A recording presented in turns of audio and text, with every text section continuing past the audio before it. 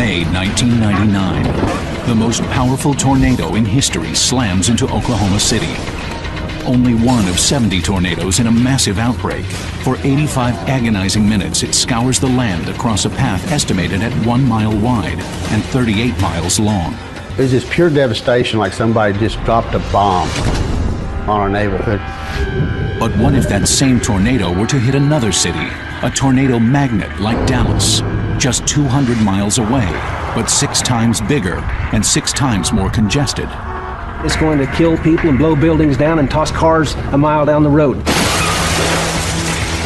History would be repeated, but this mega tornado would be 5 times more destructive. We're going to be seeing a major, major disaster here. And it's not a question of if, only a question of when. It will happen. Hello? It's just a matter of time.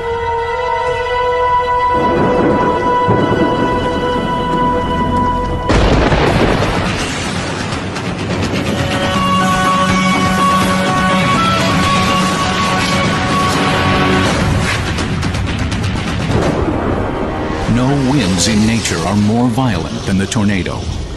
They swirl up to 318 miles per hour, packing a powerful 400-pound punch on every square foot of exposed surface. Major damage at the airport. It's leveled the entire building. And they can land without warning, anywhere they choose.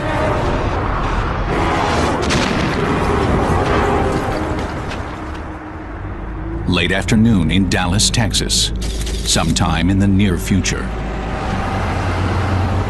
More than 6 million people live and work in the Metroplex, which includes Dallas, Fort Worth, and the surrounding suburbs. As many as 87,000 cars can be jammed on the freeways. Outside the city, a giant swirling thunderstorm is rolling in. Suddenly, the storm sprouts. A tornado. Look out, we're very close. Yes, coming down right now. Major tornado. This is not science fiction. This is a megatornado. And scientists say it has an appointment with Dallas someday soon. Dallas residents need to take the threat seriously, basically because we know we're going to have tornadoes. Now, scientific modeling and computer animation can bring one of these killers to life. This tornado has wind speeds of 300 miles an hour. Will travel 40 to 50 miles on the ground over the period of about an hour. It will devour everything in its path. Cars will be lofted up into the air, trees will be debarked and stripped of branches, and houses will be flattened. Major damage at the airport. I repeat, major damage at the airport. From the suburbs, it heads for the freeways, where cars crowded in bumper-to-bumper traffic are directly in its path. Just ahead, Dealey Plaza, where President Kennedy was shot in 1963. With a tremendous roar, the twister's 318-mile-per-hour winds sweep across the grassy knoll toward the Texas School Book Depository. And a second tragedy unfolds in this square. Just to the east, downtown Dallas's block of magnificent skyscrapers. Acres of glass on buildings hundreds of feet tall, glistening targets for the violence of the wind. Within seconds, 500,000 windows are blown out, creating a rain of deadly shards from shattered panes. Only a ghostly skeleton remains. Up to 1,000 people are dead. No one will know how many for weeks. Finally, after traveling 38 miles, the tornado dissolves. Having a violent tornado in the Dallas-Fort Worth area is virtually inevitable. It will happen. It's just a matter of time.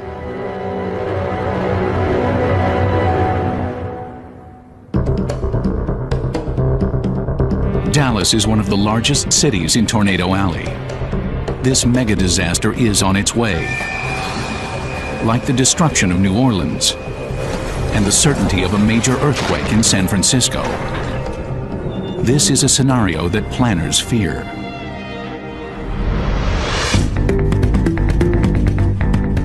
Regional Texas governments have a detailed computer study to calculate the damage a megatornado would do to Dallas. You'll find at least 30,000 structures damaged. You'll see up to 60, 70, 80,000 people actually living in those paths. You'll see in some cases over 100,000 people working in those paths. You'll see damages that could easily be at least $4 to $5 billion in total, just based on, what the structures are worth that are being hit.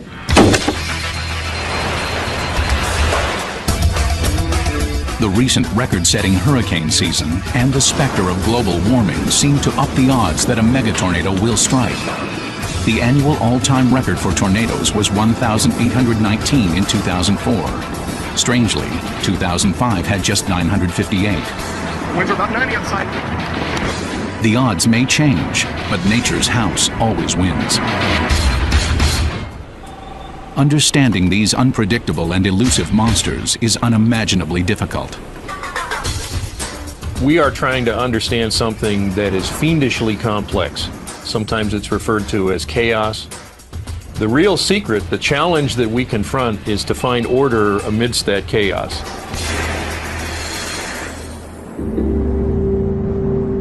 This is a major tornado, significant proportions, wind speeds we don't know, but it's going to level most houses. To see the future for Dallas, we can look to the recent past in Oklahoma City. Oh my gosh. There, a megatornado struck at rush hour on May 3rd, 1999. Still was gigantic beast.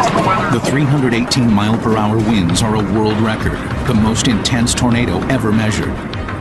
It mauls the earth for nearly 40 miles. The devastation is unbelievable. I didn't recognize my house when I was brought into the neighborhood. There were no points of reference. It was just one big mass of debris. The terrible storm leaves 43 people dead, and it becomes known as history's first billion-dollar tornado.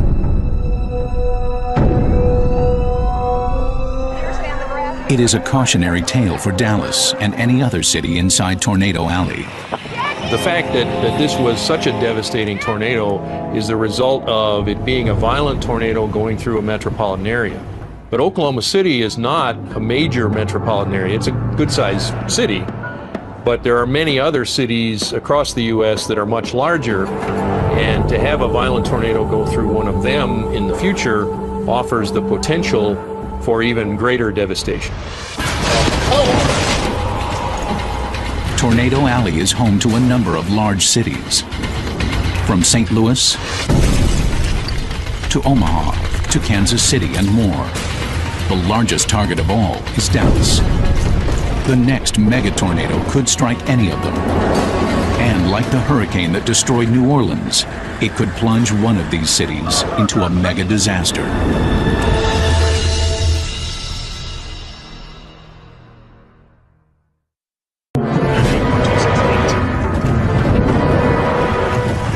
Scientists say it is only a matter of time before a megatornado hits a major city. For evidence, we can look at history and a super twister in 1999. It happened in Oklahoma City. As far as I'm concerned, the tornado event of May 3rd, 1999 was the most significant tornadic event I have ever seen and have ever witnessed or even seen pictures of. The storms producing the Oklahoma City megatornado started around 4 o'clock p.m. Late afternoon is prime tornado time, when the heat of the long day accumulates in the atmosphere. Heat is the driving force in a thunderstorm. Hot air rises, creating motion in the air. Motion becomes wind, and if there's enough wind, the end result can be tornadoes. That day, Gary England, weathercaster for Oklahoma City's Channel 9, gave his first report at 4 p.m. Still fine, a little windy out of the north. It was like many other days. Conditions were favorable, it looked like, during the afternoon and evening and night for tornadic activity, but it looked like so many other days. We've seen the situation hundreds, if not thousands of times through the last 30 years. Oklahoma City is in Tornado Alley, a popular term for a band of high-risk areas running from Texas to North Dakota. It's where conditions combine most often to produce supercell thunderstorms. A supercell is essentially a rotating thunderstorm. It's rotating about a vertical axis. It looks like a bathtub vortex, if you will. Cross currents of air start the process, setting up a horizontal rotation in the atmosphere. Then warm, moist air from the Gulf of Mexico rises up, forcing the rotation into a vertical position. Cold air from Canada clashes with the warm, which rises, making its moisture condense into rain, and the storm's spin intensifies the whole process. But amazingly, just how this rotation turns into a violent vortex we call a tornado remains a mystery. There are several thousand severe rotating thunderstorms that occur in the United States every year, but only about a quarter of them produce tornadoes. And we really don't know why. That day in Oklahoma City, forecasters watched the supercells carefully using Doppler radar, the primary tool for seeing inside the circling storms. But the giant radar domes of the National Weather Service have their limitations. Locked in fixed positions, they usually see storms only at a distance. And a scan with each full rotation takes 6 minutes, an eternity in the fast-moving world of tornadoes. What is that? Only the human eye can confirm a twister's contact with the ground. Tornado chasers see the first at 4:30 p.m. And for the next 11 hours, one tornado after another strikes the landscape. Major tornado. We have a large tornado on the ground. This is tornado number 6 or something. As the tornadoes come down, Professor Josh Worman is on the road, chasing the twister with his mobile radar truck, Doppler on wheels. Unlike fixed radar towers, this Doppler can go anywhere, anytime to confront a tornado face to face. Worman hopes his research will result in better tornado forecasting for the future. We're trying to observe tornadoes from close up, and that means we need to be exactly where the tornadoes are. You're gonna get him on a roof. The chasers target the trailing edge of the storm. Strong, high-level winds blow the rain miles away to the front of the supercell. Most of the real action is at the rear of the storm, where the Heist Oswell. He's a meteorologist at the National Severe Storms Laboratory.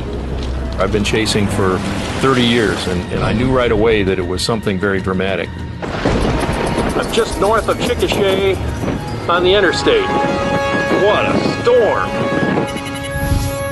Chickasha is 40 miles southwest of Oklahoma City. The tornado here is rated at F2. 2 miles west-northwest of Chickasha. It lasts 9 minutes, unusual for a tornado. Most of them fizzle after a minute or two. And another, more powerful tornado touches down moments later. The dark, massive wedge immediately dominates the landscape. Every one of the chasers who pursues it is astounded. For Chuck Doswell, the danger is clear. I'll tell you what, Oklahoma City is about to get hammered. Now, the most destructive tornado in history is barreling down the highway. And Oklahoma City lies dead ahead. Yeah, I hope this doesn't go to Oklahoma City. It's gonna be strong. Deadliest tornadoes in U.S. history. Tri-State, 625 dead. Natchez, Mississippi, 317. St. Louis, Missouri, 255.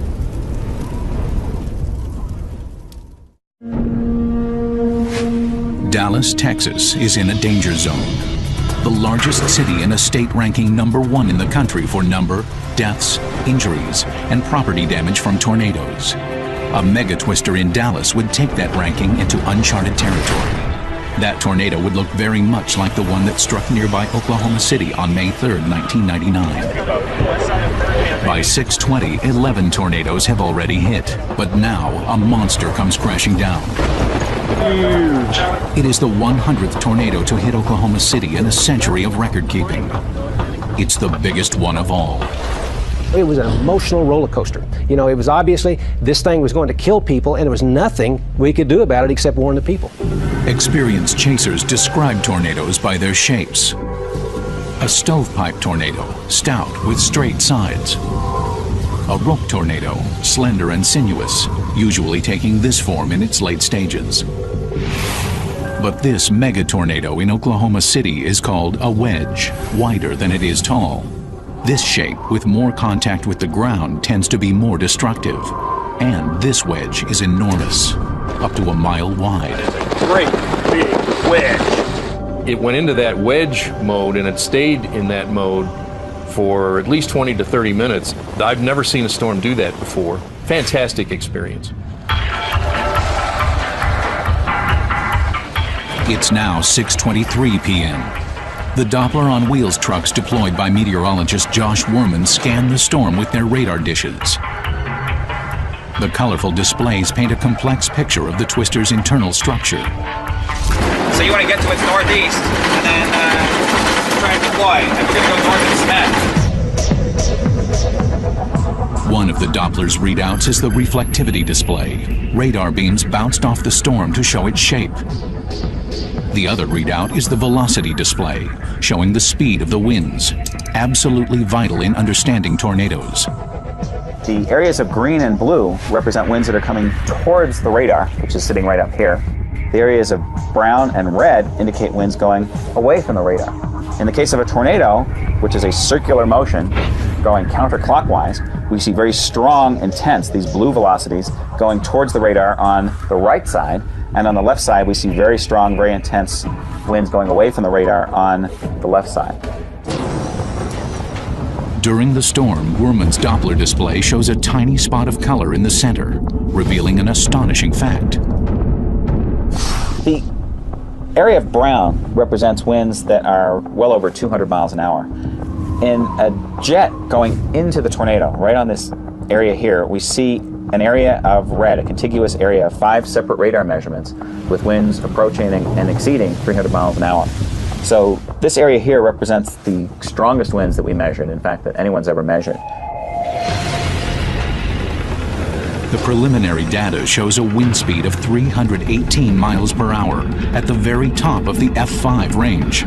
No greater wind speed has ever been recorded by anyone. Damn, that's a monster. Some observers believe the tornado is up to a mile wide, but appearances can be deceiving. This simulation from West Virginia University shows why. The center of the tornado's column of wind is outlined by a funnel of condensed water inside it, but when it churns up debris, it looks much larger to an observer on the ground. To those watching a mega tornado like the one in Oklahoma City, it makes a bad situation seem that much worse. Whoa, whoa! Oh, big tire blast. Oh, wow. Is it going, I see big pieces of debris flying through the air. The tornado collides with electric lines, creating bright power flashes. At Oklahoma City's Channel 9, the drama is played out live as weathercaster Gary England and storm spotters track the big tornado. It was surreal for me. It was like it was a movie, yet we were part of the movie because we were looking at live video of this tornado. I'm talking to our meteorologists in the field. I'm looking at radar. Holy cow, you're looking at this thing and it's getting ready to move through your city, your town, and affect your people. you folks that path this storm have time to get below ground. You need to be below ground with this storm. This is a deadly tornado. Rick and Teresa Isbell are among those hearing England's warning. The tornado is headed toward their home. I grew up in the Panhandle of Texas and here in Oklahoma, and I've seen a lot of tornadoes. I've been known to sit in my lawn chair in the front yard with my glass tea, watch them go by. They never concerned me that much. But this one here was getting so big, and it was not bouncing around. It really got my attention. Getting ready to cross the river, crossing the South Canadian River near Southwest 149th Street. The TV broadcast shows the twister is just 4 miles away from the Isbell's home. I knew where it was headed, and that's when I decided to bail out of here and take off. Their only hope is to reach the home of Rick's aunt, who has a storm cellar in her backyard. He was driving like a maniac. And I told him, I said, if you don't slow down, you're going to kill us before the tornado does. Nearby, other residents also ready to seek shelter have their video cameras rolling as the tornado approaches. Yeah, it's headed right at me. I got it in my camera view. It's headed right in front of me. And I'm fixing to go for cover. With only a few minutes to spare, the Isbells make it to Rick's aunt's house and their waiting storm cellar, just as the tornado passes nearby.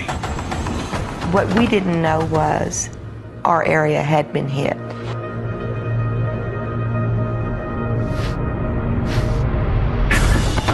The twister slashes first through the Isbel's neighborhood in southwest Oklahoma City, and then through neighboring Moore, where some of the worst damage occurs. It's coming through the city of Moore right now.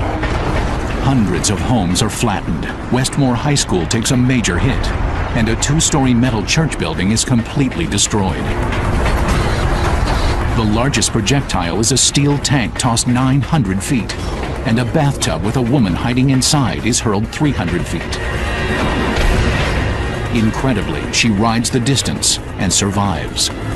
In another 15 minutes, the tornado roars north through Tinker Air Force Base, where it starts to lose steam. Might have time. I don't see it. I think it might be gone. The horror ends at 7:48 p.m. as the tornado dissipates in Del City, just 5 miles from downtown Oklahoma City. An average tornado's 2-minute lifetime leaves a damage path 2 miles long, 50 yards wide. But this one had remained on the ground for 85 minutes, scoring the earth with an ugly scar 38 miles long and up to a mile wide. It was actually stripping the grass down to the bare red Oklahoma dirt. And the scour mark that it left looked like there were, 10,000 herd of buffalo marching on through. It literally scoured the landscape. When the counting is done, 43 people are dead, 795 are injured. Remarkably low numbers given the magnitude of the tornado outbreak. The reason that tornado didn't kill a large number of people, I believe, is good warnings. But while people can take shelter, a city cannot. May 3rd, 1999 leaves Oklahoma City with 2,314 homes destroyed, 7,478 damaged, and the cost, $1.2 billion. It was just kind of a shock. It was just pure devastation, like somebody just dropped a bomb on our neighborhood, just leveled the whole neighborhood. This disaster was only a rehearsal, a best-case scenario. But what if a megatornado decides to strike at a different time and in a different place? Rogue nature is supremely indifferent to the best-laid plans of man. And what is worse, those plans may not even exist. Dallas is in the heart of Tornado Alley. Will it be ready when the worst goes down?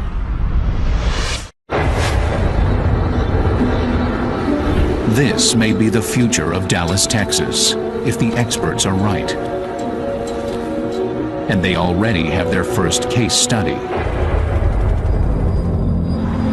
200 miles up the road in Oklahoma City, this is what was left when a massive twister struck in 1999. Here, houses intended to last a lifetime were blown to pieces in seconds.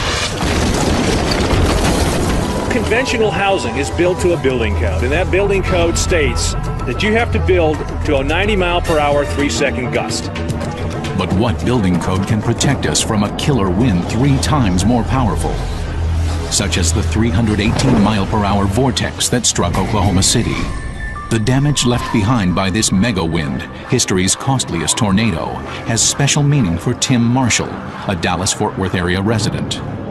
For Tim lives at the wrong address. The last time Dallas got hit with a major tornado was in 1957. And that tornado, on a scale compared to what happened in Oklahoma City, was piddly. If you're talking about a big F5 tornado that's a mile wide that can cover the entire metroplex, we're going to be seeing a major, major disaster here. What could such a tornado do to Dallas? It's a case where size matters. Dallas has more to lose in a megatornado because it has more to destroy.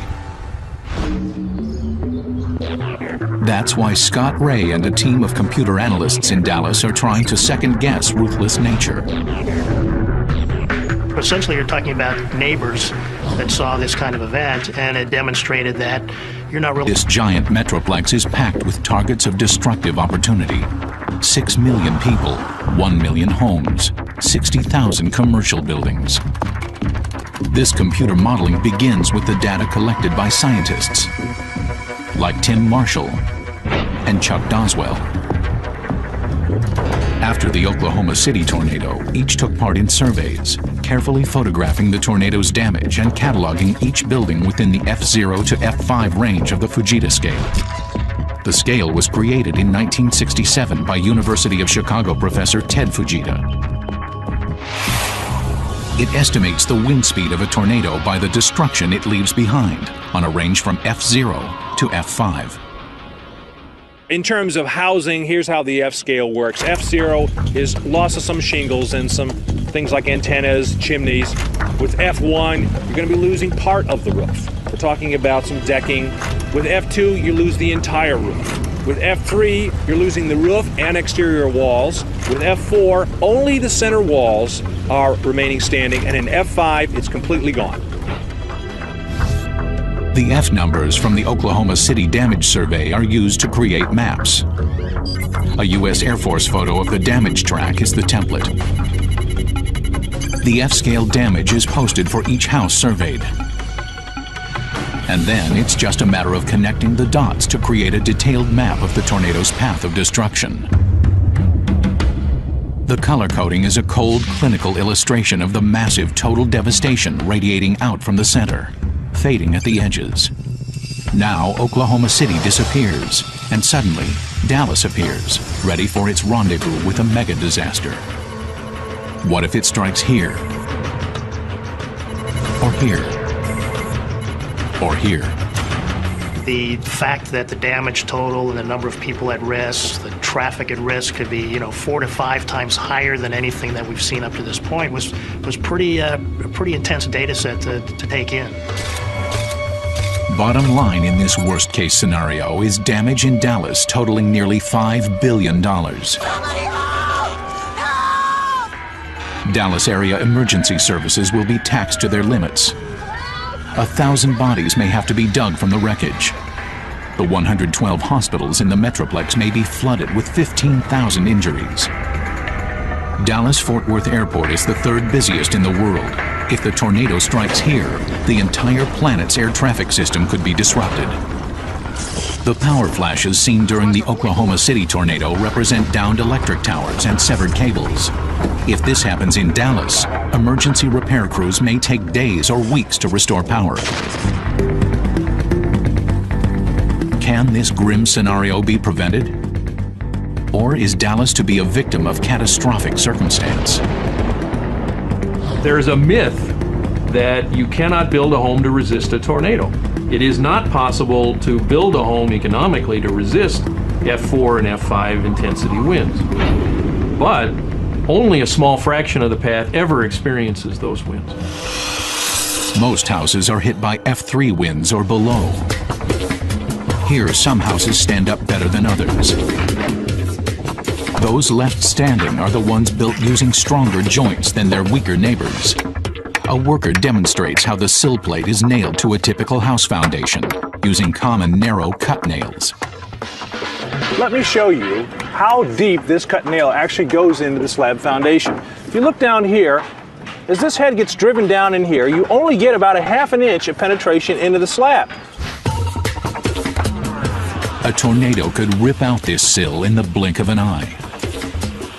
Look what happened here when the cut nail is actually pulled out of the foundation. It broke off a piece like this, just lying like that with a huge area here out of the slab.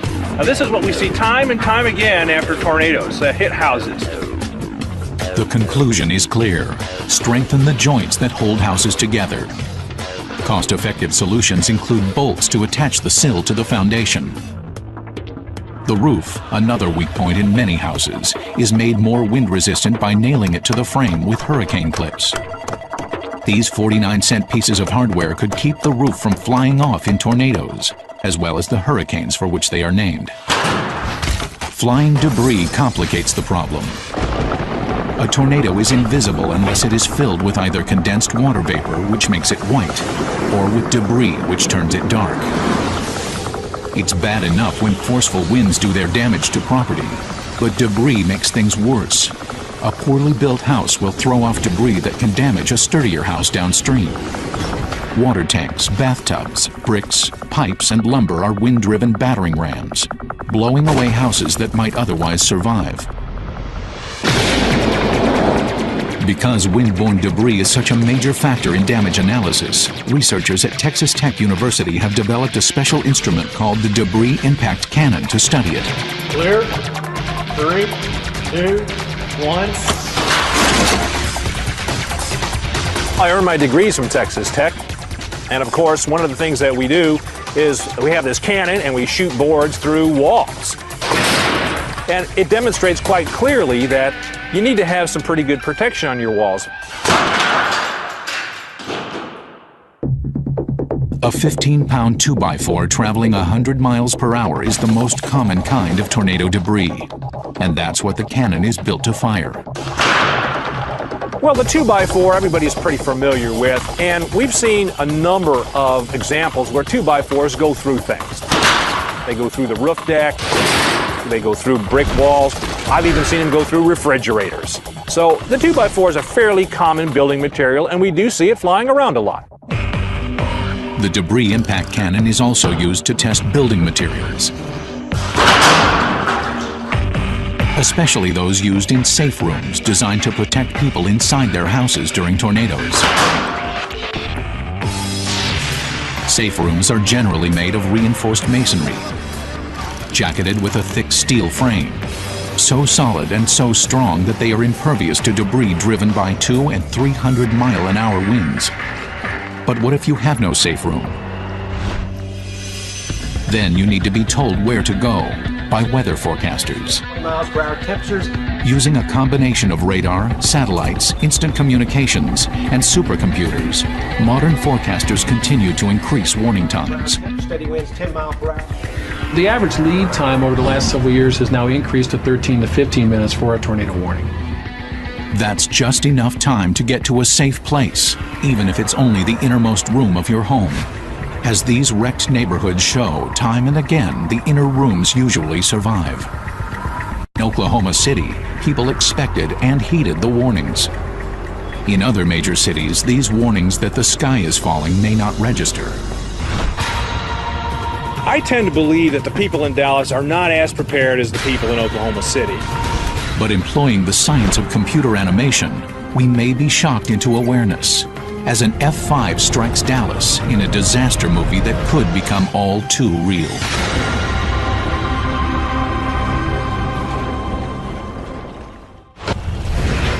Damage from the 3 costliest tornadoes in U.S. history ranged from $821 million to $1.2 billion.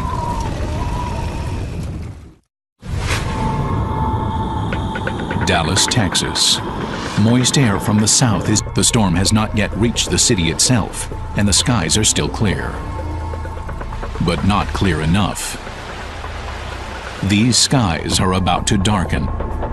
Now, using the latest research, expert predictions, and computer animation, we will show the human toll of that darkness. I don't know if it'll be this year or 5 years or 10 years, but eventually an F5 at 300 miles per hour, half-mile wide, is going to come to the Dallas-Fort Worth area, and it's going to kill people and blow buildings down and toss cars a mile down the road. The inevitable happens. Just as a similar storm generated the giant 1999 twister in Oklahoma City, this storm drops a tornado. Winds begin to scream at half the speed of sound. This predatory fury approaching the city is worse than most people can imagine. The force of the wind goes up as the square of the wind speed. Now what that means is that if the wind gets twice as strong, the force you feel goes up 4 times. If it gets 4 times as strong, the force goes up 16 times. The tornado's 300-mile-per-hour winds are nearly 20 times more powerful than any of the natural forces in ordinary human experience. Oh my God. Oh my God. The entire city of Dallas now stands exposed to the mega winds of this mega tornado. Following atmospheric weather flow, most tornadoes travel from southwest to northeast. Meteorologists expect this would be no different. As it bears down on Dallas, the western edge of downtown is straight ahead. Suddenly, its most famous landmark is dangerously exposed. The former Texas School Book Depository, the site of the assassination of President Kennedy in 1963. It is directly in the path of the tornado's howling 950-foot ring of 318-mile-per-hour winds. The cars passing by on Elm Street may become deadly missiles. When we have winds of 300 miles an hour, cars levitate. They actually become airborne in that kind of a wind stream and can roll and tumble and be lofted up 2 and 3 stories up into the book depository. And we can have the brick masonry around the building actually collapse. The mammoth twister hurtles toward the city's crown. A jeweled corridor of splendid steel and glass skyscrapers, 16 of them more than 40 stories high. Perhaps the most distinctive is I. M. Pei's Fountain Place, a giant 60-story prison studded with 26,000 panes of glass, 26,000 potential weapons. Well, if we have an F5 tornado hitting downtown Dallas, we're going to see a lot of glass everywhere. Buildings will be looking like doll houses because they'll just be empty shells. The wind will blow through the building from one end to the other, taking furniture, desks, computers right on out the other side. The massive frame of steel girders is strong enough to stand up to any tornado and would remain intact. But its glass skin may be obliterated, with those glass shards slicing through the air below. A deadly variation of what happens to strong trees in the suburbs, where trunks and main branches often survive, while leaves and bark are stripped away. A mile and a half to the east is the famous Cotton Bowl, built in 1932. Where we see 65,000 seats, Tim Marshall sees a killing field. Here we have an aerial view of the Cotton Bowl. I'm sitting right about here. And this red circle depicts the radius of maximum winds of our tornado. That's about 0.18 miles wide. And as it moves off to the northeast here, it's going to take these seats that you see here that are blue and white and mix them all together as it rotates around over my head. Can you imagine if this stadium was packed full of people? The sign up to my right here would be hit broadside by the wind and actually be folded down to the left. That speaker tower you see in the background there, that would actually fall on down into the stands. The good news is this: the Cotton Bowl was built with reinforced concrete, and the underlying structure will survive.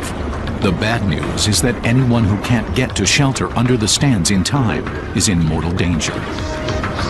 This is one of the biggest fears that I have, is that one of these days a large tornado is going to go across an area like an arena or a large venue, and there's going to be a lot of people injured and killed. Could we get to 1,000 fatalities? I think we can. We could get to 1,000 death toll in a tornado. As the tornado moves northeast, Dallas housing also takes a terrible hit. The tornado would grind through residential neighborhoods, gouging out a groove of destruction. Houses built with cut-nail construction to withstand 90-mile-per-hour winds would be blown away by these killer blasts. Reduced to splinters by flying 2x4s. Cars would be tossed like toys. These already extreme winds get an additional boost from the twister's forward speed of 35 miles per hour. At 318 miles per hour, it is already at the upper limit of the F5 range. Add an extra 35, and it theoretically becomes an F6. Now, could you tell the difference in terms of the damage and the effects it produces? And the answer is almost certainly not.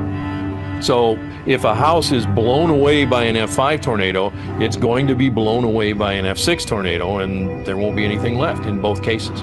When the tornado in Dallas finally ends, the butcher's bill comes due. 1,000 people dead, 15,000 injured, 30,000 buildings leveled, 40,000 homeless, and $5 billion in total damage. Recovery may take weeks or months, but this city will never be the same.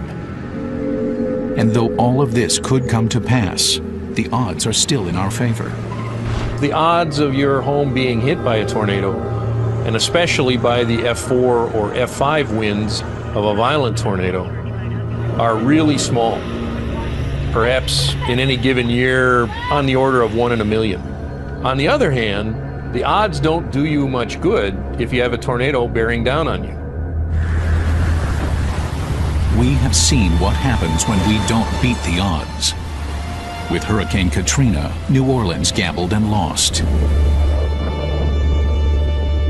Dallas, St. Louis, Kansas City, and all the cities in Tornado Alley could well be dealt their share of tragedy too. But they can strengthen their hand by tightening building codes and educating the public to have a plan for shelter when the big one hits. This is one game that they cannot afford to lose. Metroplex, which includes Dallas, Fort Worth, and the surrounding suburbs. As many as 87,000 cars can be jammed on the freeways. Outside the city, a giant swirling thunderstorm is rolling in. Suddenly, the storm sprouts. A tornado. Holy cow, we're very close. Yes, coming down right now. Major tornado. This is not science fiction. This is a mega tornado. And scientists say it has an appointment with Dallas someday soon. Dallas residents need to take the threat seriously, basically because we know we're going to have tornadoes. Now, scientific modeling and computer animation can bring one of these killers to life. This tornado has wind speeds of 300 miles an hour. Will travel 40 to 50 miles on the ground over the period of about an hour. It will devour every... May 1999. The most powerful tornado in history slams into Oklahoma City. Only one of 70 tornadoes in a massive outbreak. For 85 agonizing minutes, it scours the land across a path estimated at 1 mile wide and 38 miles long. It was just pure devastation, like somebody just dropped a bomb on our neighborhood. But what if that same tornado were to hit another city? A tornado magnet like Dallas, just 200 miles away, but 6 times bigger and 6 times more congested. It's going to kill people and blow buildings down and toss cars a mile down the road. History would be repeated, but this mega tornado would be 5 times more destructive. We're going to be seeing a major, major disaster here. And it's not a question of if, only a question. Everything in its path. Cars will be lofted up into the air, trees will be debarked and stripped of branches, and houses will be flattened. Major damage at the airport. I repeat, major damage at the airport. From the suburbs, it heads for the freeways, where cars crowded in bumper-to-bumper traffic are directly in its path. Just ahead, Dealey Plaza, where President Kennedy was shot in 1963. With a tremendous roar, the twister's 318-mile-per-hour winds sweep across the grassy knoll toward the Texas School Book Depository. And a second tragedy unfolds in this square. Just to the east, downtown Dallas's block of magnificent skyscrapers. Acres of glass on buildings hundreds of feet tall, glistening targets for the violence of the wind. Within seconds, 500,000 windows are blown out, creating a rain of deadly shards from shattered panes. Only a ghostly skeleton remains. Up to 1,000 people are dead. No one will know how many for weeks. Finally, after traveling 38 miles, the tornado dissolves. Having a violent tornado in the Dallas-Fort Worth area is virtually inevitable. It will happen. It's just a matter of time.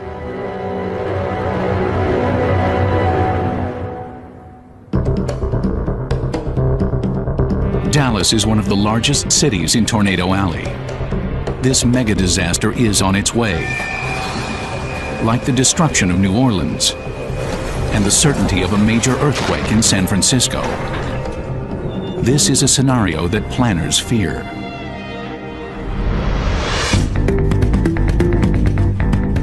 Regional Texas governments have a detailed computer of when. It will happen. Hello? It's just a matter of time.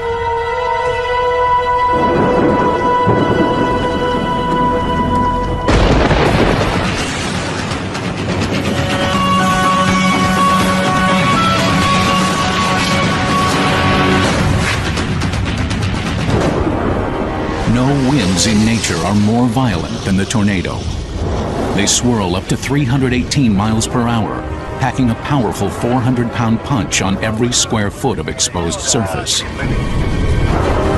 Major major damage to the airport. It's leveled entire buildings. And they can land without warning, anywhere they choose.